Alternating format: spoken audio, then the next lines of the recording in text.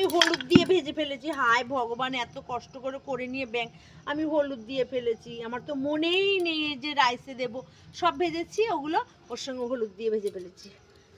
ছি ছি ছি ছি ছি, আমি কি ভুল করলাম। হায় ভগবান।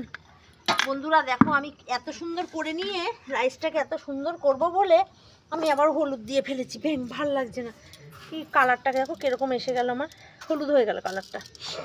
আর কি করা যাবে বলো বন্ধুরা, শীতের মধ্যে এটাই ভালো লাগবে। অনেকদিন পর ইউটিউবে আবার ভিডিও ছাড়ছি। অনেকদিন বন্ধ রেখেছিলাম জানো তো, একটু সমস্যা ছিল, তার জন্য অনেকদিন বন্ধ রেখেছিলাম। আমি অনেকদিন পর আবার ইউটিউবে কাজ করছি। বন্ধুরা পাশে থেকো, সাথে থেকো তোমরা। এই বোনটার, এই দিদিটার পাশে তোমরা অবশ্যই থাকো, তাহলে আমি একটু ভিডিও করতে একটু মজা পাবো, আনন্দ পাবো।